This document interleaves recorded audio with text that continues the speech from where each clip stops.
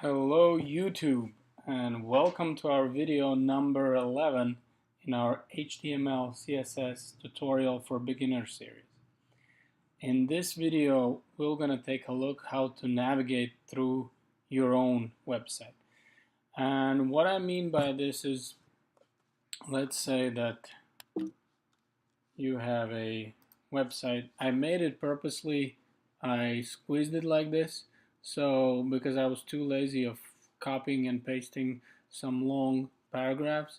But the main idea here is, let's imagine that you have a website that doesn't have only three paragraphs, but let's say it would have 22. And you don't want somebody going to your website let's say that he knows that, oh well, this is about a dog, and then there's a history of dog and what a male dog and what a female dog and all that, and you don't want him to come there and start scrolling through, because it takes a long time. Well, in our age at least it does, and there's shortcuts how to avoid that. Okay, so the way to do it is, you remember how we created a paragraph, right? So for each section that we want to deal with, whether it's what is dog, what is term dog, what is history, what we do is, between the paragraph we add here ID, and we set the ID equal to the whatever we want to find it with. Okay, so in this case this would be term. Okay, term. So we set our D equal to term. So whenever we create an href and we get this name term, so we set this href equal to the ID. This refers to ID, and this is to the name of ID. So that would be term. So every time I'm going to click the term, it's going to actually take me all the way to where is ID is term, equal to term. So it pretty much works the same way as link.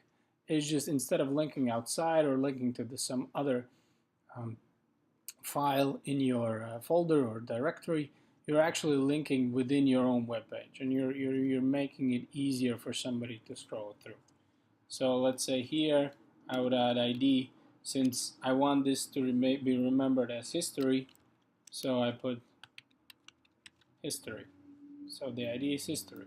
So now when I'm going to click it here in a history, hashtag history, because the href is going to where the ID is equal to history. So I'm going to click here and it's going to go to history. So the same thing over here. Here you can see that I did the other way around.